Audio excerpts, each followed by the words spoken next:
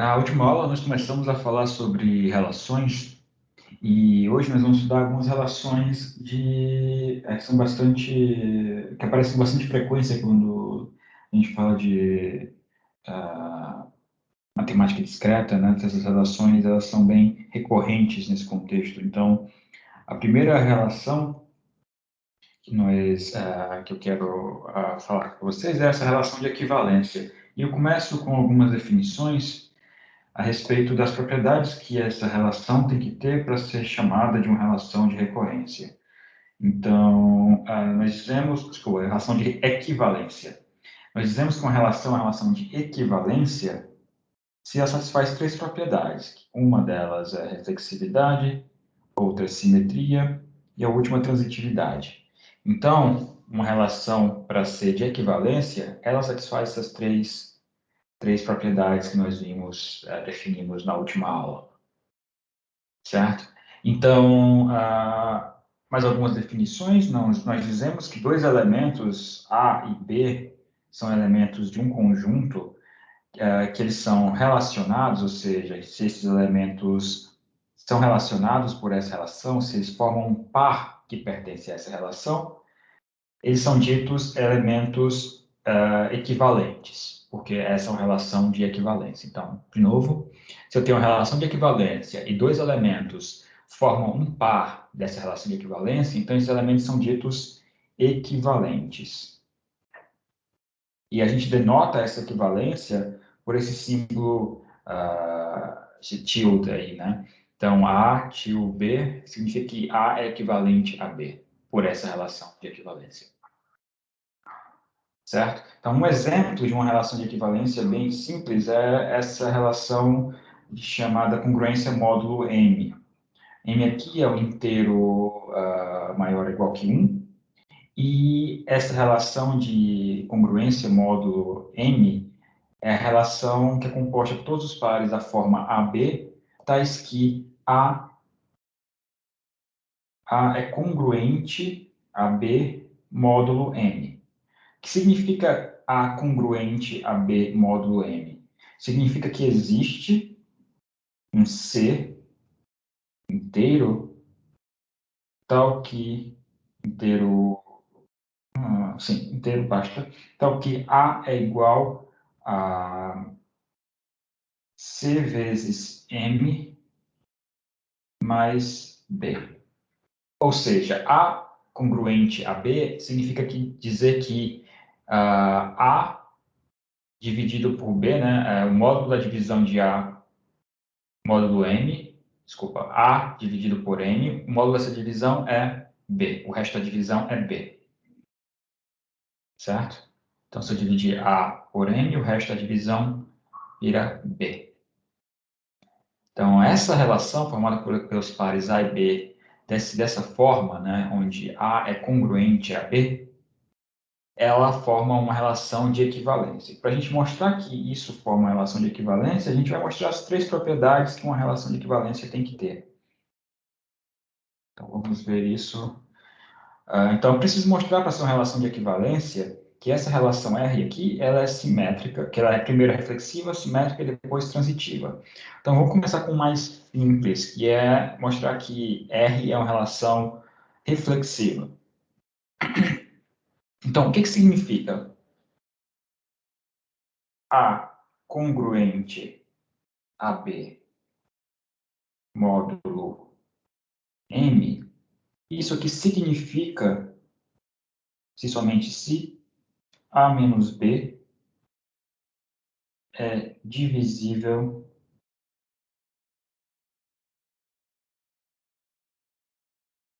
por M.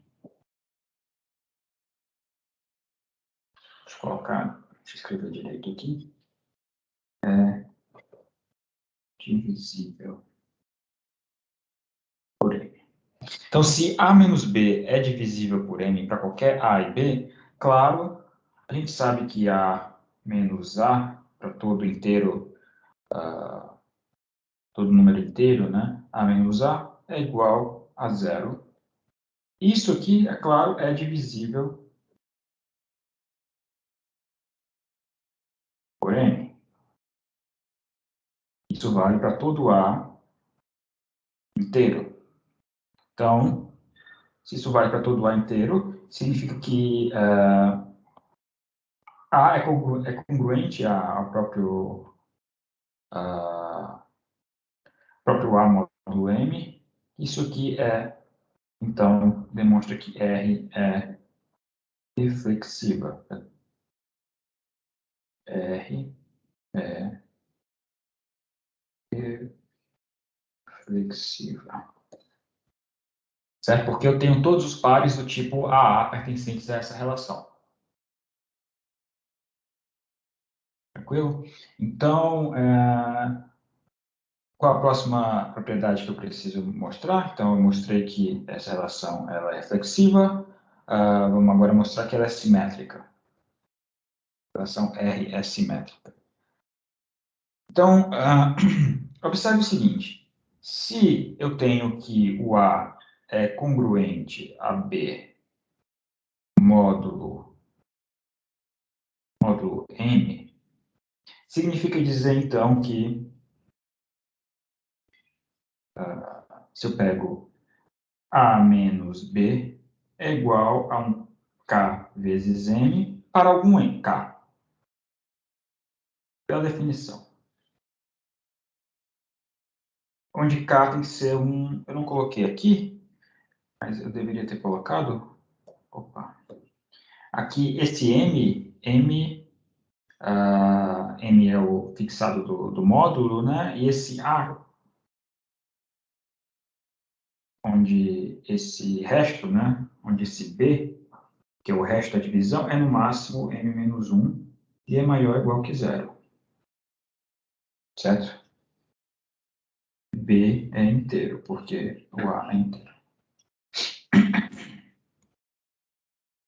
Muito bem. Então, A menos B é igual a Kn, um K para algum inteiro K.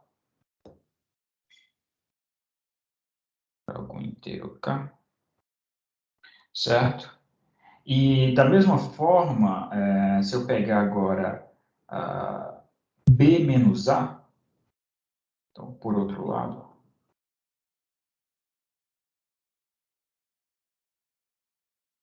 se eu tomo B menos A, isso aqui é menos Km, K vezes M. Ou seja,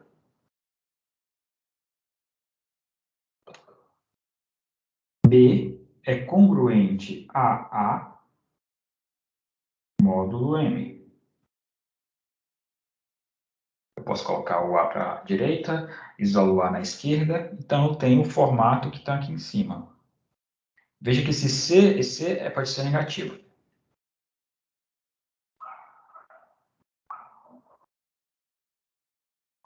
Então, se eu tenho B congruente a A e tenho A congruente a B, então eu tenho que os dois pares, A e B e A, os dois pares pertencem à relação.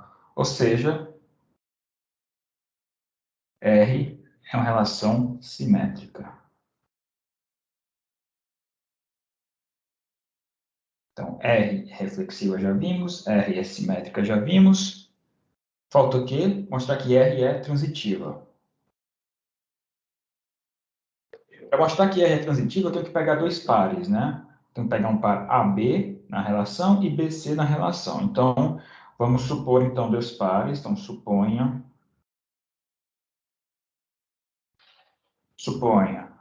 que nós tenhamos um par AB, ou seja, um par, são dois números inteiros A e B, tais que A é congruente a B módulo M, e um outro par B congruente a C módulo M. Então, suponha esses dois pares, a gente quer mostrar, então, que A é congruente a C módulo M. Para mostrar que o par AC pertence à relação, ao conjunto da relação. Então, se nós temos esses dois pares AB e BC, significa o quê? Que A menos B é igual a K vezes M, e que o par que B menos C é igual a L vezes M para para alguns inteiros L e K.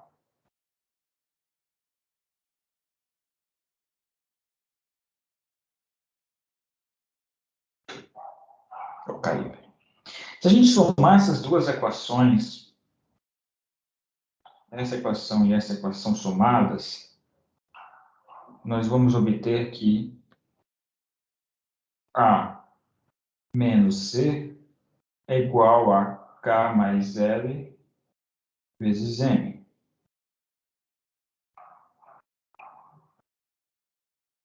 Ora, K mais L, K é inteiro, L é inteiro, K mais L é inteiro. Então, isso implica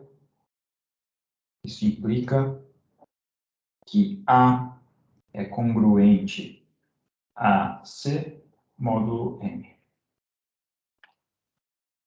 Ou seja, o AC pertence à relação. Portanto,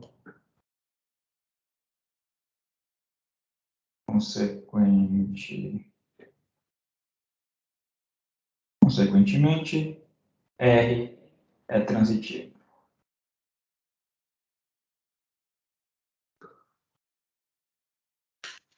Bem?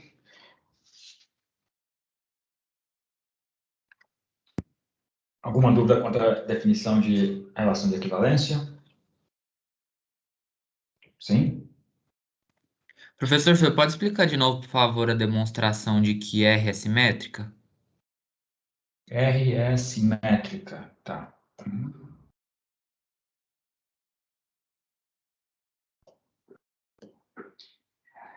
Para mostrar que para mostrar que a relação é simétrica, o que eu preciso fazer? Se eu tenho um par AB pertencente à relação, eu preciso concluir que o par BA também pertence à relação, certo?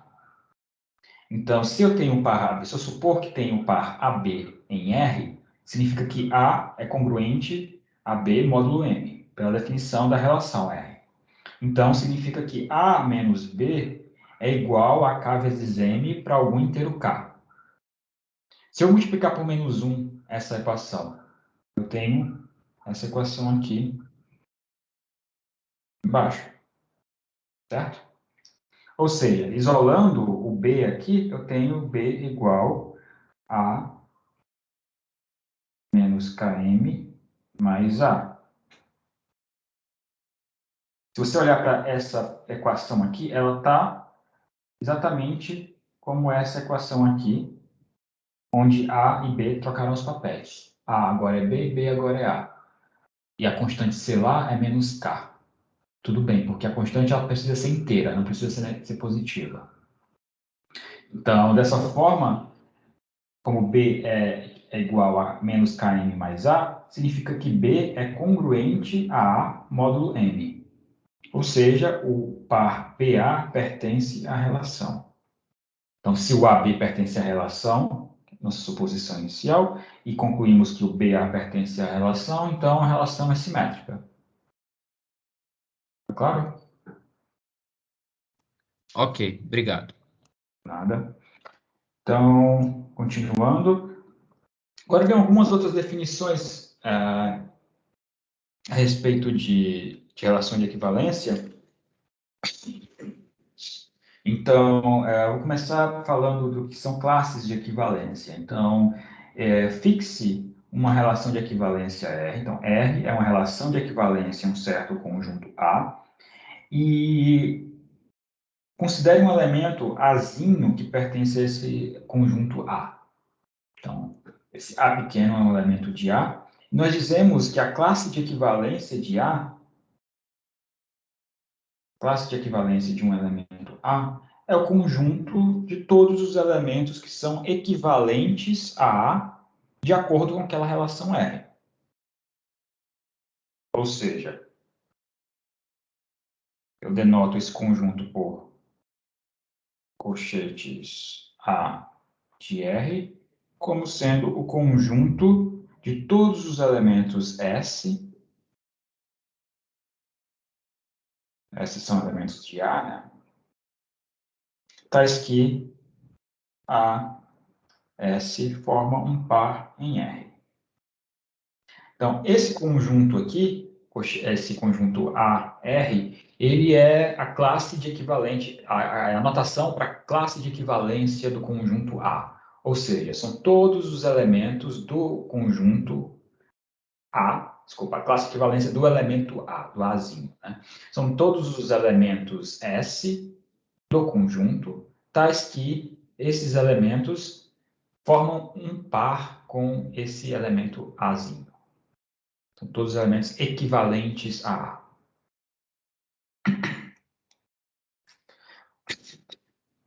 E a gente fala dessa classe, essa classe é um subconjunto de A, né? Claro. E a gente, para essa classe, a gente pode pensar em um representante para essa classe. Então, um representante dessa classe de equivalência é simplesmente um elemento qualquer dentro dessa classe de equivalência. Então, um representante da classe de equivalência de A, que é representada por essa notação aqui, conjunto dos elementos equivalentes a A, em R, é um elemento qualquer, digamos, um elemento Bzinho qualquer que pertence a esse conjunto. Qualquer elemento dentro de uma classe de equivalência pode ser o representante daquela classe. Certo? Então, isso aqui é a definição para representante de classe de equivalência. E aqui é uma classe de equivalência, esse conjunto. Muito bem, mas por que classes de equivalência são relevantes? Por que elas são interessantes? A gente vai ver que classes de equivalência, elas formam uma partição de um conjunto. Então, nesse caso específico aqui, se eu olho para essa relação de equivalência em conjunto A, e eu olho para todas as classes de equivalência que são geradas por essa relação R em A, cada uma dessas classes, elas particionam, essas classes todas particionam o conjunto de elementos de A. Então, tem uma partição do conjunto de elementos de A em classes de equivalência. Então, por isso classes de equivalência são interessantes, porque elas naturalmente induzem essa partição de um conjunto, em conjuntos, digamos, onde os elementos são, de certa forma, equivalentes. Cada conjunto dos elementos são equivalentes de acordo com aquela relação.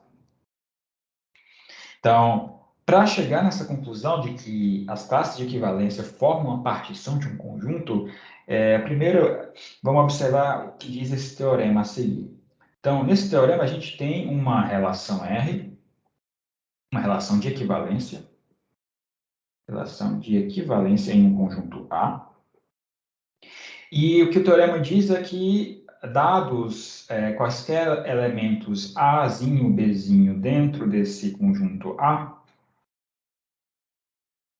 vale as seguintes afirmações. Na verdade, as seguintes afirmações são todas equivalentes, não se somente se. Então, eu vou até escrever assim.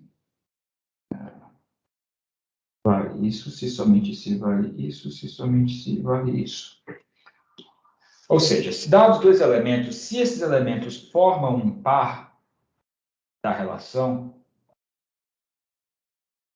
se esses elementos estão relacionados, formam um par da relação, se somente se as classes de equivalência de cada um desses caras são as mesmas, são iguais, idênticas.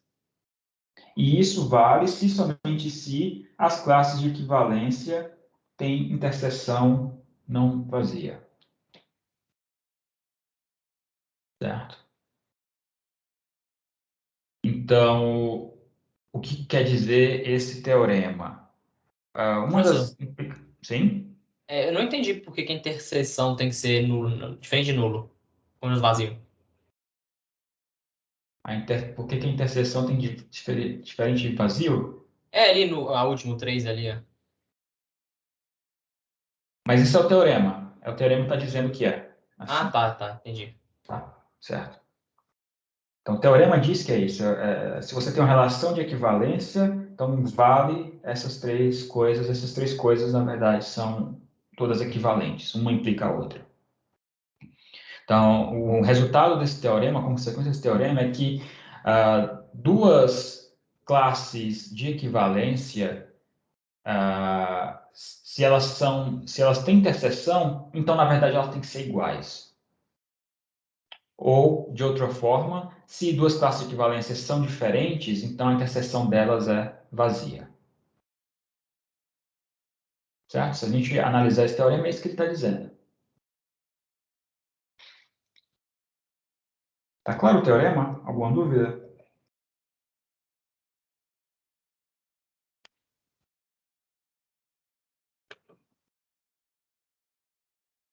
A demonstração disso é exercício para vocês fazerem. Basta usar as definições que nós vimos aí em cima. Tá? Muito bem. Então, a primeira parte para a conclusão de que as relações de equivalência formam uma partição de um conjunto, a gente deu nesse primeiro teorema aqui. Mas para concluir de fato isso, a gente tem que fazer mais algumas observações. Primeiro, o que acontece se eu fizer a união de todas as classes de equivalência? Então, se eu fizer a união para todo A elemento do conjunto das classes de equivalência,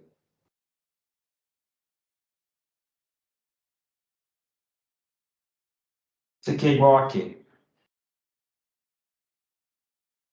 Ao conjunto A? Ao conjunto A. Exatamente. Por quê? Bom, porque cada elemento está dentro da sua própria classe de equivalência, né? Toda classe de equivalência tem pelo menos um elemento, que é ele mesmo. Por quê? Porque uma relação de equivalência ela é flexível. Então, uma classe de equivalência é reflexiva. Então, tem que ter o par AA para todo elemento A. Então, classe de equivalência de A tem que ter o elemento A. Beleza. Pelo teorema anterior, a gente já observou isso, mas eu vou escrever essa observação porque é importante, é que as classes de equivalência só tem duas possibilidades para as classes de equivalência. Ou elas são idênticas ou são disjuntas.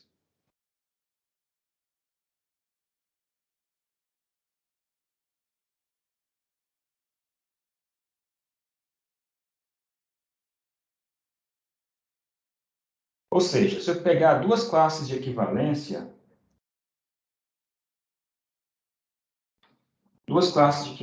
digamos, de um elemento Azinho, e fazer interseção com a classe de equivalência de um elemento Bzinho, essas classes são disjuntas se e somente se, pelo teorema anterior que nós vimos, as classes são diferentes.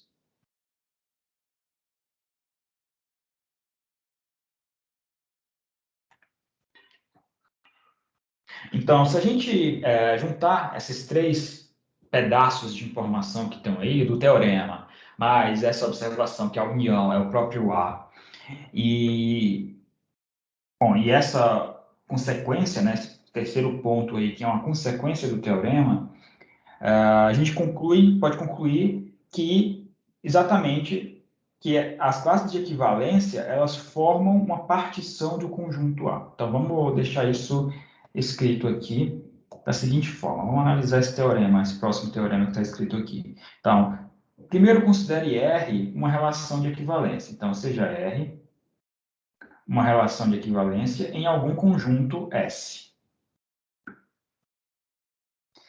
O teorema diz que as classes de equivalência de R... Então, se eu enumerar quais são as classes de equivalência de R, certo? Esse conjunto das classes de equivalência de R, eles particionam o S, o conjunto S. Ou seja, todo elemento de S pertence a exatamente uma dessas classes de equivalência de R. Mas vale também o lado, digamos, a volta dessa afirmação. O primeiro lado é, se eu tenho uma relação de equivalência, então eu tenho uma partição de S. E a volta disso seria, se eu tenho uma partição de S, então existe alguma relação de equivalência que possui exatamente como as suas classes de equivalência os elementos da partição. Né? Ou seja, dada uma partição aí, esse I é um conjunto de índices, é o conjunto de índices da partição. Então, pensa aí como um conjunto, sei lá, dos inteiros, K primeiros inteiros positivos. E eu particiono o conjunto S nesses K elementos, né, indexado por I, e é um conjunto finito. E cada uma desses elementos é um subconjunto de S. E o que eu estou dizendo é que, dada uma partição qualquer, existe essa classe, existe uma relação cujas classes de equivalência são exatamente esses elementos da partição.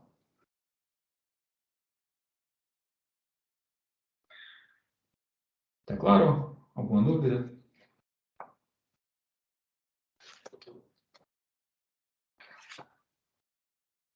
Bom, então, continuando. Uma outra relação bem importante são as chamadas ordens parciais. Então, a gente diz que uma relação é uma ordem parcial. Então, estou falando agora de uma relação R em um conjunto S. Ela é uma ordem parcial se ela tem três propriedades. Primeiro, a ordem parcial precisa ser reflexiva. É uma relação que é reflexiva. A ordem parcial ela tem que ser antissimétrica.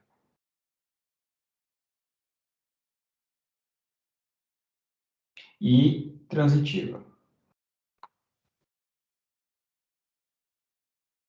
Então, uma relação é uma ordem parcial se ela tem essas três propriedades: reflexividade, antissimetria e transitividade. Nós dizemos que um conjunto S mais uma ordem parcial R, esse par SR, né, esse par é um par ordenado formado por um conjunto S e uma relação que é uma ordem parcial R. Então, é chamado esse par, é um par chamado de conjunto parcialmente ordenado.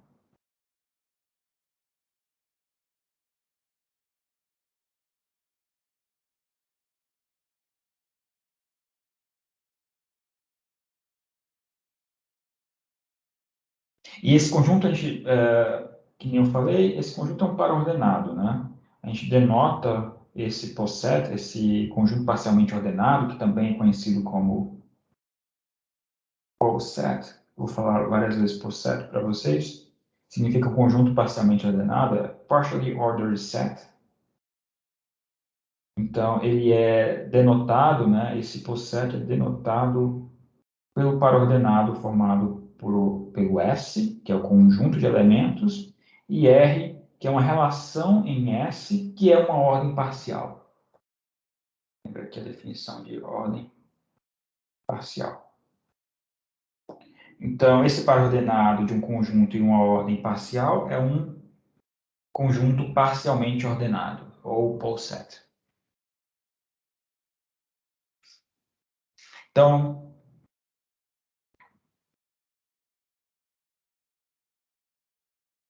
última observação é que quando eu vou falar, algumas vezes eu vou falar os elementos do posset. Então, quando eu falar os elementos do posset, eu quero dizer os membros ou os elementos do S. Então, os membros de S são chamados os elementos do posset.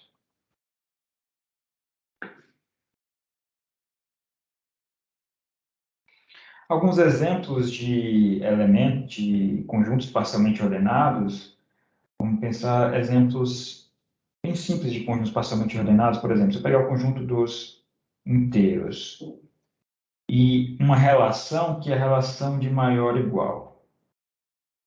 Essa relação é um conjunto parcialmente ordenado, é um posset. Por quê? Bom, olha para essa relação aqui de maior igual. A relação de maior igual, ela é reflexiva. Um número é maior ou igual a ele mesmo. Ela é antissimétrica se eu tenho um número A maior que o número B e o número B maior que o número C. Vamos pensar em números diferentes, né? Porque senão vai ser tudo igual. Então, eu não posso ter C maior do que A, porque isso não é antissimétrico. Eu estou querendo dizer se A maior ou igual que B e B maior ou igual que C. Eu não posso ter C maior ou igual que A menos de que C seja igual a A. Então, essa relação de assimetria, isso vale para todos os inteiros A, B e C. Eu não tenho... Não, isso aqui não pode implicar C. Se isso implica C maior que... Se eu tenho C maior que A, então eu teria tudo igual. A igual a B igual a C. Certo? Então, essa aqui é uma relação de antissimetria. Vocês podem depois verificar cada uma dessas propriedades com respeito a essa relação. E transitividade é trivial, né? Se eu tenho A maior que B e B maior que C, então eu tenho A maior que C. Maior ou igual que C. Transitividade também. Então, se essa relação é uma relação que satisfaz reflexividade, antissimetria e transitividade, essa relação de maior ou igual nos reais é uma relação de ordem parcial. Então, esse par ordenado formado pelo conjunto dos inteiros mais essa relação de maior ou igual, isso aqui é um conjunto parcialmente ordenado. De maneira similar, se a gente pegar o conjunto das partes de um conjunto finito S, nem precisa ser finito, é o conjunto das partes de S, e a operação aqui é a operação de contínuo igual, contínuo ou igual, é a nossa relação. Isso aqui também é um conjunto parcialmente ordenado. De novo, basta mostrar, para mostrar que é um conjunto parcialmente ordenado, precisa mostrar que essa operação, ou essa relação dentro do conjunto das partes de um conjunto S, satisfaz as três propriedades aqui de cima. E aí você conclui que esse par ordenado é um conjunto parcialmente ordenado. Tranquilo? Alguma dúvida?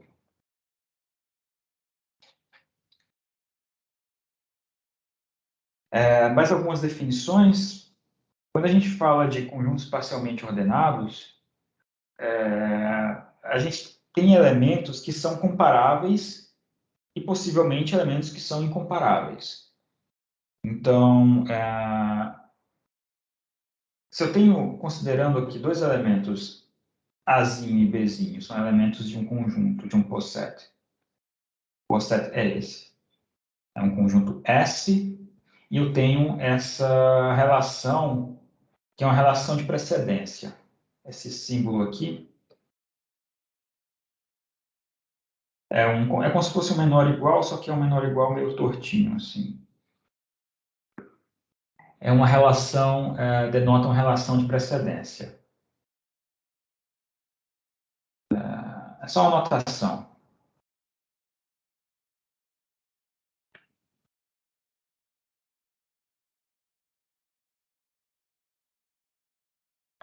Então, a gente diz, dada uma relação qualquer, tá? Isso aqui vai com uma relação qualquer. Simplesmente que essa notação é para precedência. Mas, dada essa relação qualquer, esse poset, a gente diz que dois elementos são comparáveis se esses elementos são relacionados nessa relação. Então, são comparáveis se A precede B ou B precede A. São comparáveis se uma desses dois pares pertence à relação. E são incomparáveis caso contrário, ou seja, são incomparáveis se nem A não precede B e B não precede A.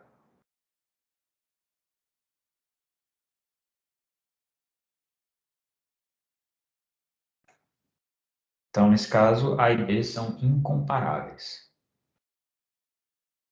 Ora, mas se a gente tiver um conjunto onde todos os elementos são comparáveis, para todo par de elementos eles são comparáveis, então significa que esse é um conjunto, é chamado de uma ordem total.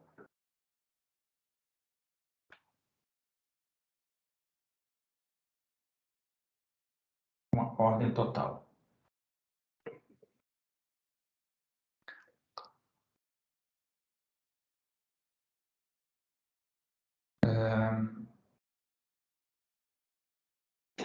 Muito bem.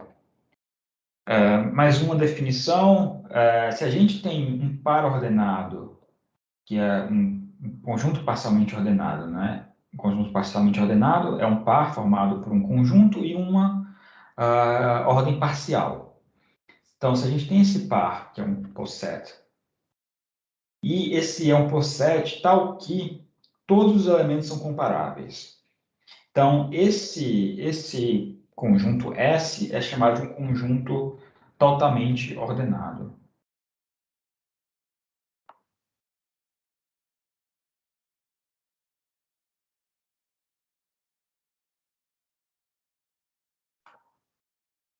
É um conjunto totalmente ordenado porque existe uma ordem total sobre os seus elementos. Um conjunto totalmente ordenado a gente também pode chamar de cadeia. Então, ou também conhecido como cadeia. Então, essa é uma cadeia.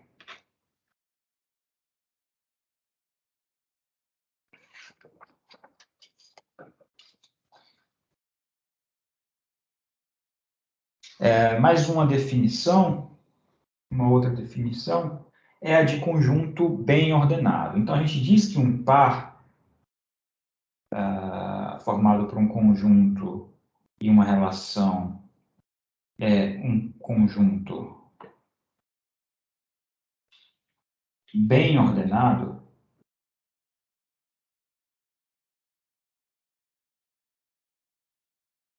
se esse par ele é um poset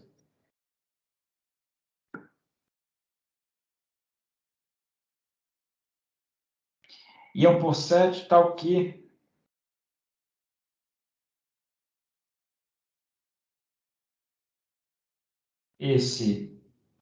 essa relação, né, de precedência ela é uma ordem total.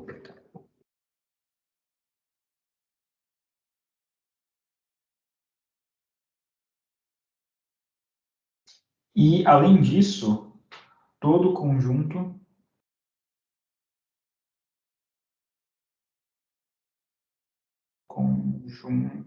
todo subconjunto não vazio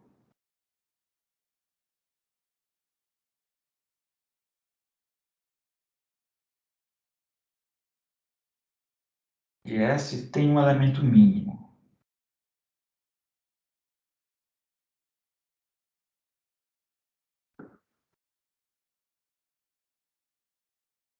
O que é um elemento mínimo? É um elemento que pertence ao conjunto, que pertence ao subconjunto, e ele é menor ou igual, ou ele precede, né, com essa relação de precedência aqui, precede todos os outros elementos daquele conjunto. Então, se todo subconjunto tem sempre um elemento lá dentro que precede todos os outros elementos daquele subconjunto, então isso é um conjunto bem ordenado. Além disso, a ordem é total, né? Tem uma ordem total, claro, senão isso não vai ser verdade. Então, vamos pensar em exemplos para um conjunto... Professor, só uma dúvida aqui antes. É porque a minha dúvida era porque tem conjuntos que podem ser comparáveis e incomparáveis, né? Aí eu tava achando que os incomparáveis era exatamente isso que você acabou de falar. Aí eu acabei agora que eu não entendi o que significa incomparável. Eu achava que a precedência, por exemplo, tinha que ser só o número exatamente antes ou depois. Aí incomparável seria se fossem números, né, distantes, por exemplo, de mais de um. Não, esquece números. Aqui a gente não está falando de números, a gente está falando de elementos quaisquer. Uhum. Tá? Qual que é a definição de comparáveis? é se eu tenho dois elementos, A e B, de um conjunto. Eles são comparáveis se eles são relacionados por essa relação. Não importa essa relação, mas essa relação aqui, em particular, eu estou supondo uma relação de ordem parcial. Uma relação de ordem parcial, esse símbolo está representando, tá? Então, se eles são comparáveis, então, ou acontece do AB pertencente à relação, ou do par BA pertence à relação. Se são incomparáveis, então a gente nem tem o par AB, nem tem o par BA. Simples assim. O que eu estou dizendo aqui é uma ordem total. Nessa questão do bem ordenado, eu tenho que... essa relação é uma ordem total, ou seja, todos os elementos são comparáveis. Então, conjunto bem ordenado, já estou partindo da suposição, se eu falo de conjunto bem ordenado, eu estou falando de conjunto onde todo mundo é comparável. Certo? Só que, além disso, para ser bem ordenado, eu preciso dessa outra propriedade aqui, que é todo subconjunto não vazio tem um elemento mínimo, que é um elemento que precede todos os outros, né? todos. Entendi. Tá? Então, tem mais propriedades desse conjunto bem ordenado. É um poset com propriedades adicionais. Então, vamos ver aqui alguns exemplos. Talvez ajude se eu fizer uns exemplos de conjuntos bem ordenados. Então, vamos pensar o seguinte. Por exemplo. Então, considere, por exemplo, o conjunto formado pelos pares de inteiros positivos, pares ordenados de inteiros positivos. Então, é o conjunto formado dos elementos Z+, cartesiano, Z+. E a relação de precedência aqui que eu vou definir é uma relação tal que um par, né? Que aqui cada elemento do conjunto é um par ordenado de inteiros. Então, essa relação de precedência é definida da seguinte forma. O par A1, A2 precede o par B1, B2 se o A1 é estritamente menor do que o A2 ou se A1 estritamente menor do que B1, ou A1 é igual a B1 e A2 é menor ou igual que B2. E é igual.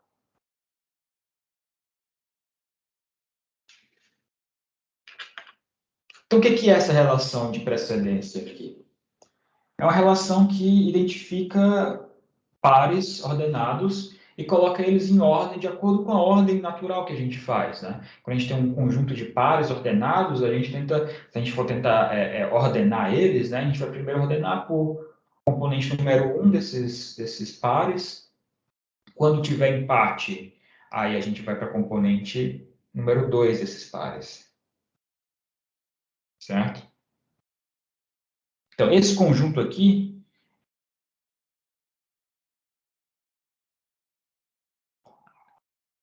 esse par ordenado que eu defini aqui em cima, ele é um conjunto bem ordenado.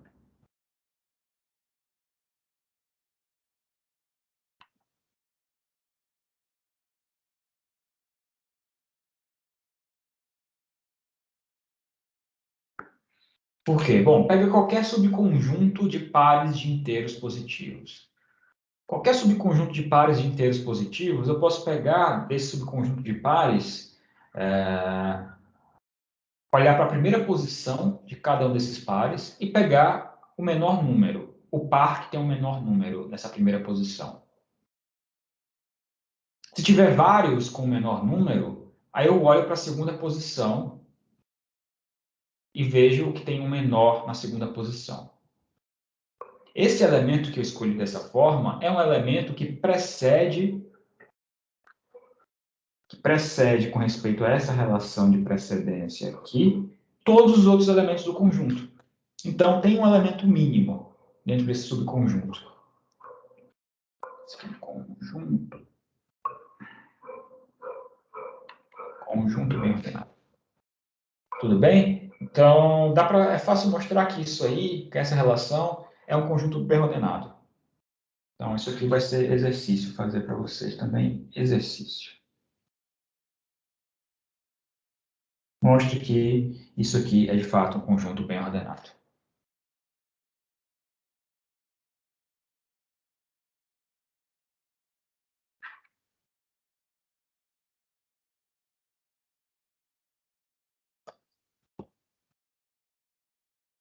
E se eu pegar o conjunto dos inteiros e a relação vai ser a relação de menor ou igual?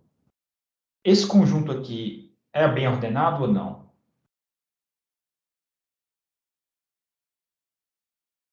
Não. Por quê? É porque os inteiros agora estão considerando os negativos, aí vai estar sempre um menor que o outro, né? Isso. Sempre vai ter um número menor. Então, então todo elemento, a ideia é que todo subconjunto dos inteiros, como tem inteiros negativos, sempre tem um número inteiro menor que aquele subconjunto, que é menor que todo mundo daquele subconjunto. Então, isso aí não vai valer, não vai valer a propriedade bem ordenada. Então, isso aqui não é um conjunto bem ordenado.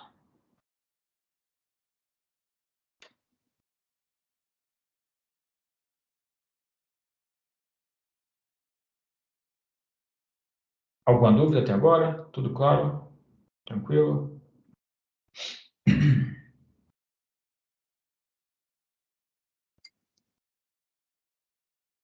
Muito bem.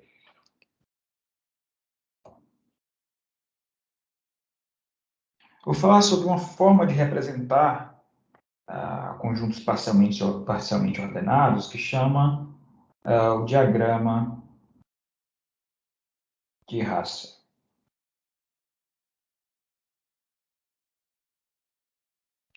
Então, lembra daquela representação de relações que a gente usa um grafo direcionado, né?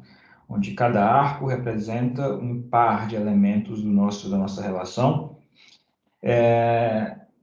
Aquela representação serve para qualquer relação. Aquela forma de representar serve para qualquer relação.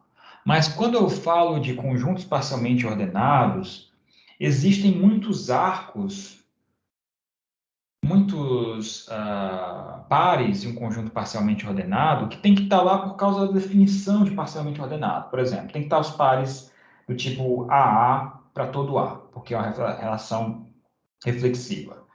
Tem que estar, não pode ter simétrico, não pode ter uma relação antissimétrica, então não pode ter circuitos dentro desse grafo direcionado. Não pode ter um circuito fechado, um ciclo nesse grafo direcionado.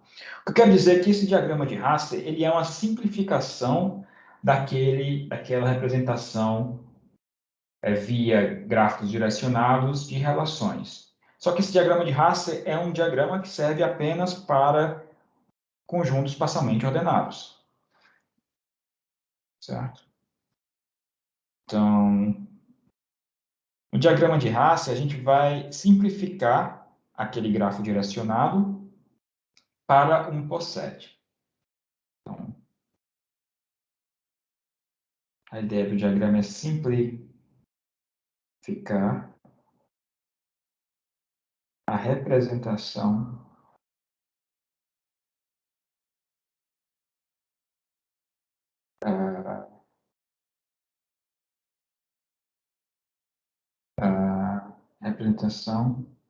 em grafos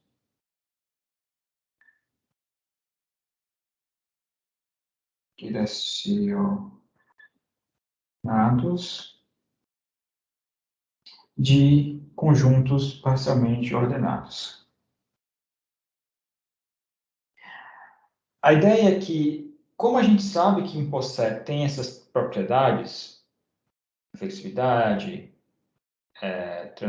transitividade, antissimetria, a gente não precisa representar, colocar no desenho esses arcos que representam esses pares, porque eles estão implicitamente lá dentro, porque a gente está falando de um posset. Então, a gente vai limpar o desenho do grafo direcionado, e em vez de desenhar aquelas coisas todas, aqueles ciclos todos por ser um posset, a gente simplesmente, olha, isso aqui é um posset, é um conjunto parcialmente ordenado, a gente não precisa colocar no desenho as transitividades, nem colocar no desenho as simetrias, as reflexividades, nem os arcos antissimétricos, nem a gente não representa, né? Porque não representa, não tem um arco antissimétrico, né? Então, a ideia é ter algo mais, uma representação gráfica mais simples do conjunto parcialmente ordenado. O melhor jeito de entender esse diagrama é fazer com um exemplo. Então, se a gente considerar uma ordem parcial, que é uma ordem parcial,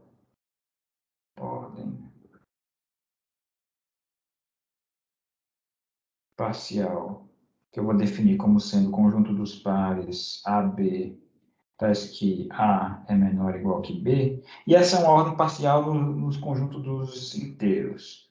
Só que eu quero poucos inteiros, então um conjunto 1, 2, 3, 4. Então imagina um conjunto 1, 2, 3, 4, e essa ordem parcial definida conforme está aqui. São os pares AB, tais que A é menor ou igual que B.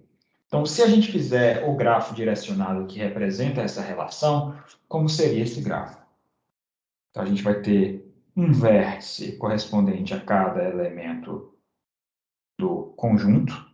Então, aqui é o vértice correspondente ao 1, aqui é o 2, aqui é o 3, aqui é o 4.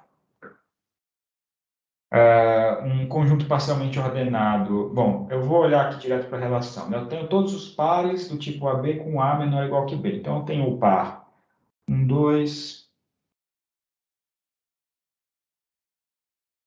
Então, eu tenho o par 2, 3. Tenho o par 3, 4. Tenho o par 1, 3, né? Tenho o par 1, 4.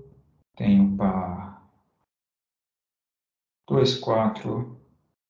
O que mais? Tem também o 4, 4. 3, 3. 2, 2. 1. Então, eu tenho todos esses pares aí,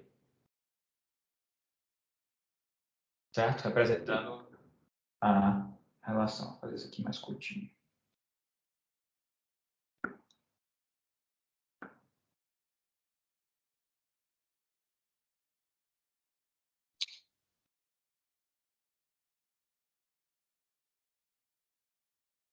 Tá.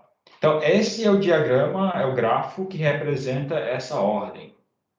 E eu quero simplificar essa representação, sabendo que essa ordem é uma ordem parcial. Então, primeiro, a gente pode remover dessa figura os loops. Remova os laços, porque os laços sempre estão dentro da ordem parcial, porque representam a reflexividade. Então, remova os laços. Então, se eu pegar esse mesmo desenho daqui, copiar esse desenho para cá, agora eu vou remover desse desenho todos os laços. Esse é um laço, aqui tem um outro laço, aqui outro, aqui outro. Removi os laços. Agora eu vou remover também, na segunda parte, eu vou remover as transitividades. Porque a transitividade é uma propriedade da ordem parcial. Eu não preciso representar isso. Se eu sei que é uma ordem parcial, eu não preciso colocar no desenho as transitividades. Faltou... tá aqui, tá. Faltou Não, tá aqui. Tá certo, 2, 4. Então, se eu tenho uma ordem parcial, eu não preciso colocar na ordem parcial, representar no desenho da ordem parcial as transitividades, porque transitividade é uma propriedade que tem que estar na ordem parcial. Então, eu não preciso representar isso no desenho, desde que seja uma ordem parcial. Então, eu posso simplificar o desenho dessa ordem parcial, essa representação dessa ordem parcial, removendo as transitividades. Então, vou remover as transitividades, vou copiar isso aqui para cá. e vou remover as transitividades. Então, esse par 2, 4, posso remover, que é uma transitividade. Esses outros pares, 1, 3 e 1, 4 também. E numa ordem parcial, então aqui eu removi.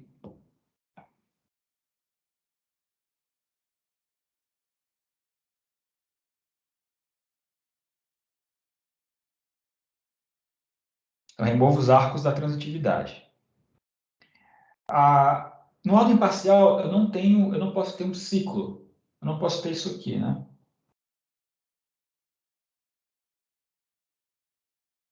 Não posso ter algo desse tipo aqui, sei lá. Porque a relação é antissimétrica. Isso aqui não pode existir em uma ordem parcial. Então, se não existem ciclos direcionados, não existem esses ciclos aqui, então eu posso supor então que os elementos da ordem parcial são posicionados na figura de tal forma que as orientações são sempre do elemento de baixo para cima na figura. Então, se eu pego essa figura e vou remover essas últimas... Vou colocar aqui do lado.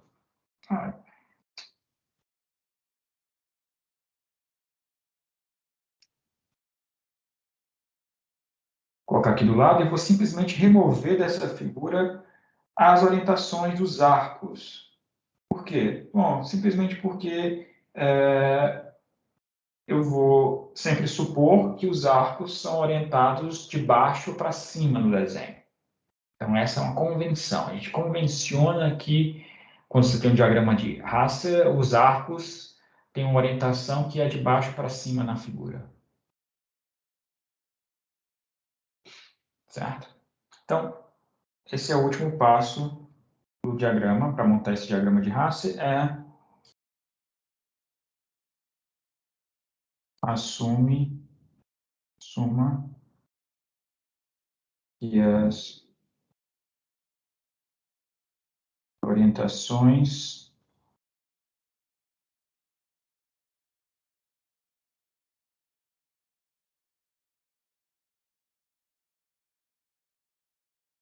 são para cima. Então, assumindo que as orientações são para cima, eu jogo fora as orientações e essa última figura é o nosso diagrama de Hasse, correspondente a esta relação aqui. Então, esse aqui, diagrama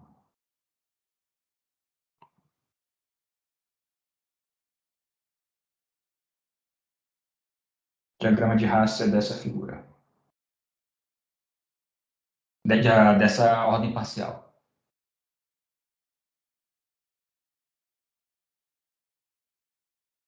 Tudo bem? Está tranquilo? Então, vamos ver alguns exemplos que vão usar esse diagrama de Hasse. Tá? Eu vou usar esse diagrama de Hasse para eu falar de alguns elementos especiais que fazem parte de ordens parciais. São os elementos minimais, maximais, mínimos e máximos de uma ordem parcial. Então, vamos definir quem são esses elementos. Então, mais algumas definições. Então, a gente vai fixar um conjunto parcialmente ordenado. Então, considere um conjunto parcialmente ordenado, um possede,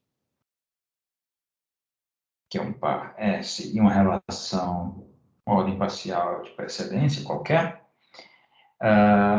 E algumas definições são as seguintes. Definições. A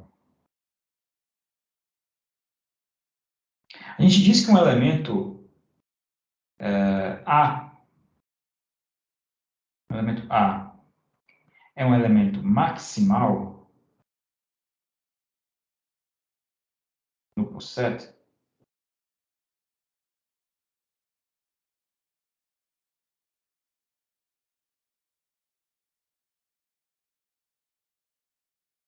se não existe um elemento B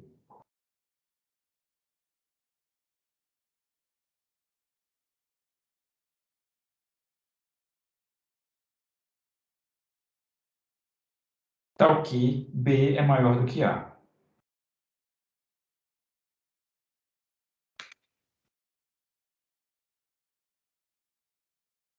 Se não existe um elemento B que é maior que esse elemento A, então esse elemento A é um elemento chamado maximal. De maneira similar, a gente fala de um elemento ser minimal. Então, um elemento A é minimal no POSET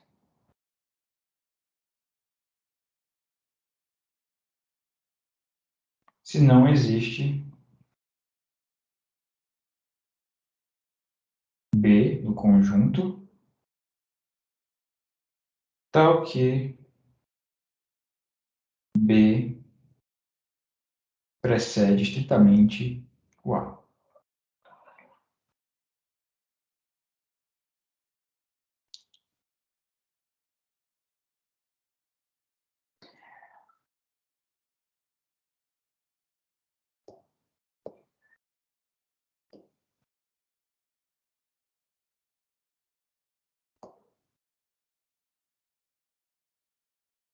Eu também posso falar de elementos que são elementos de máximo e de mínimo.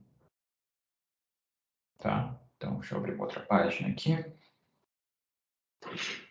Então, eu digo que um elemento A de um conjunto, um elemento de um POSET, ele é máximo. Agora, não é mais maximal, ele é máximo. Máximo do POSET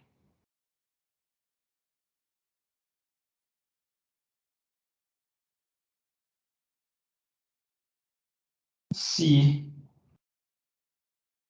Bom, se ele é máximo, significa que ele é maior ou igual a todo outro elemento do conjunto.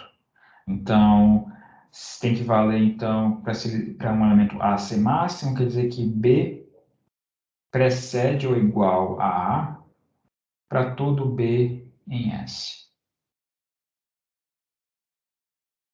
Se existe um elemento máximo, ele tem que ser mínimo. Se existe um elemento máximo, ele tem que ser único. Se existe um máximo, ele é único. Da mesma forma de elemento máximo, a gente pode falar de elemento mínimo. A é mínimo no POSET.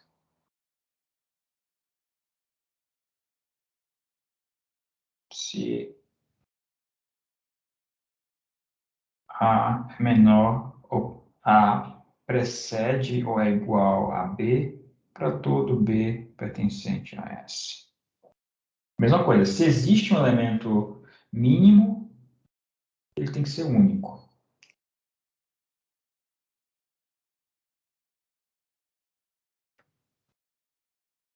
Tá? Então, eu vou desenhar agora alguns diagramas de raster e a gente vai observar nesses diagramas. Eu quero que vocês olhem para esses diagramas e identifiquem quem são os elementos maximais, quem são os elementos minimais, quem são os elementos máximo e mínimo de cada um desses diagramas. Então, eu vou desenhando esses diagramas e vocês já vão observando quem são os elementos. Então, eu vou dar nomes aqui, né? Então, aqui é A, B, C, D. O outro diagrama aqui vai ser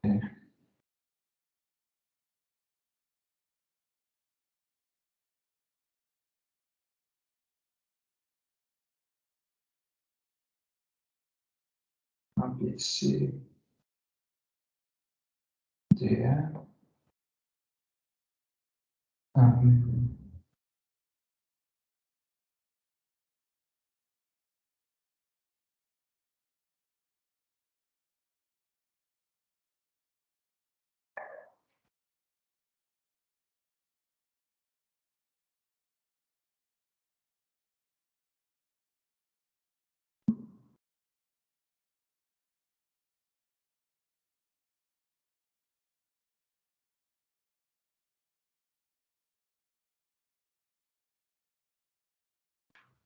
Certo.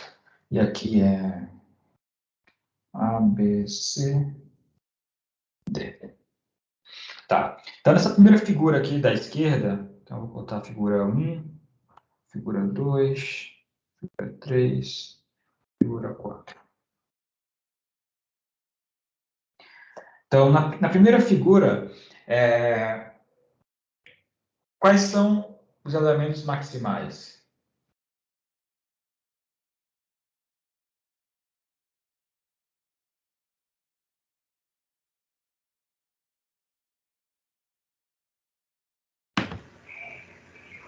B, C e D? B, C e D são maximais. Certo.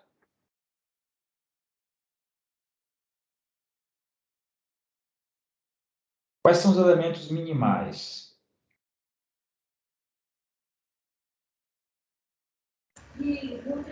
A,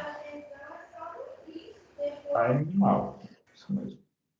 É o único minimal. E quem é o mínimo desse conjunto? A. E quem é o máximo desse conjunto? Ele não tem. Não tem. Exatamente. Então, tem mínimo e não tem máximo esse conjunto parcialmente ordenado. Tudo bem, pessoal? Tá claro?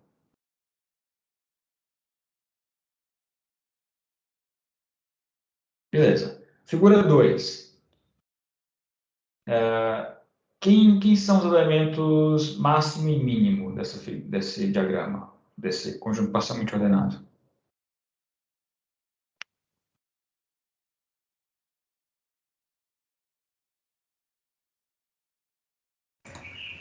Não tem. Não tem. Não tem nem máximo, nem tem mínimo. Exatamente.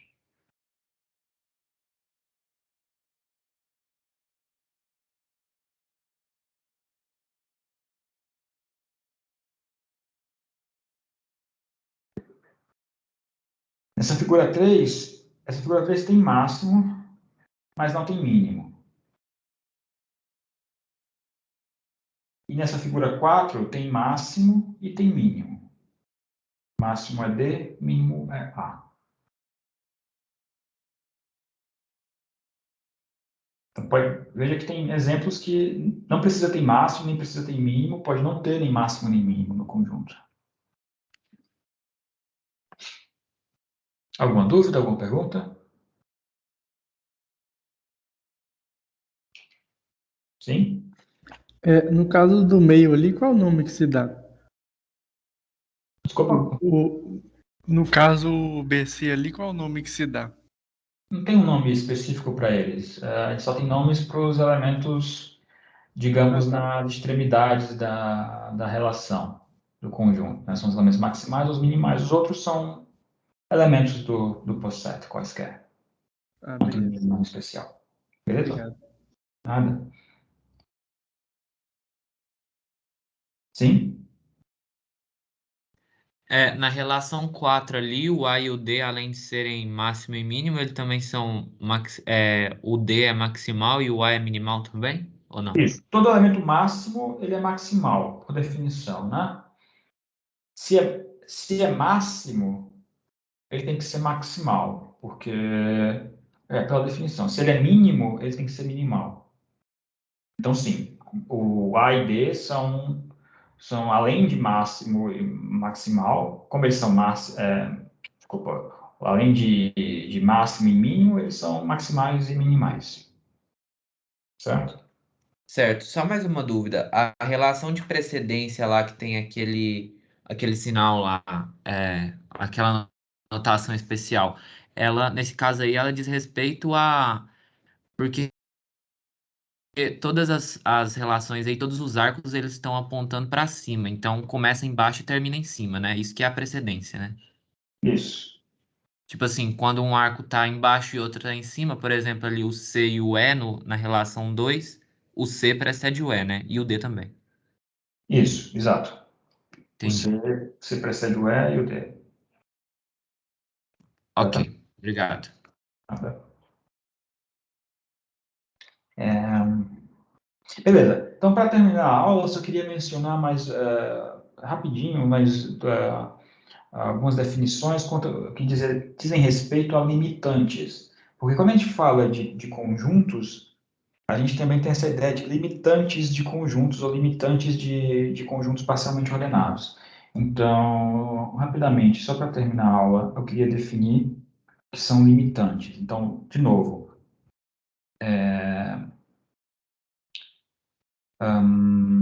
vamos considerar um posset, então, seja...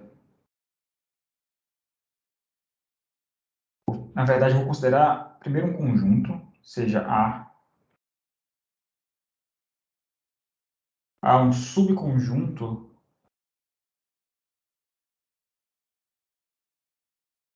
de elementos do S, que é um posset, subconjunto de elementos do posset. Elementos de um posset.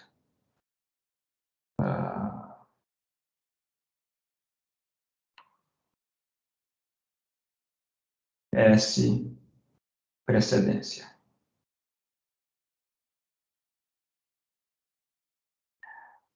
Então, a definição é a seguinte. Se a gente tem um elemento U, U é um elemento de S.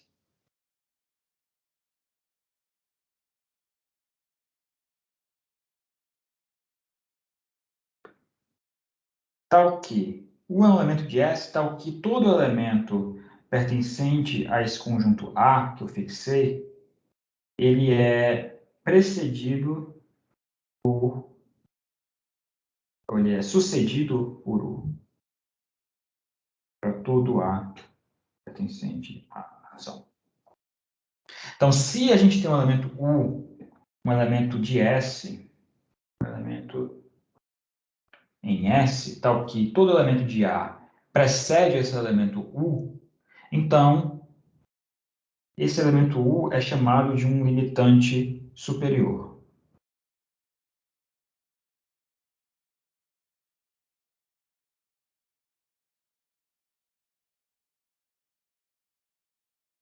Limitante superior de A. Certo? Então, de maneira similar, né, a gente pode definir o que é um limitante inferior. Então, similarmente, definimos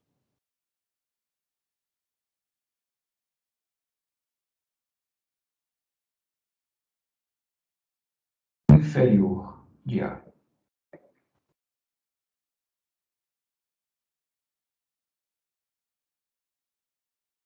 Então, eu tenho que U é um limitante.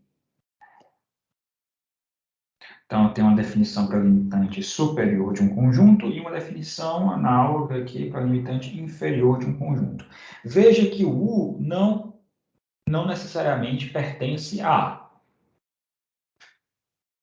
Certo? O U pode ser um elemento fora de A. O U é um elemento em S, mas não necessariamente está dentro do subconjunto A. Ora, o que eu estou procurando aqui é um limitante superior ou um limitante inferior que sejam os melhores possíveis para A. No seguinte sentido. Quando eu estou falando de limitante superior, eu quero o menor limitante superior possível.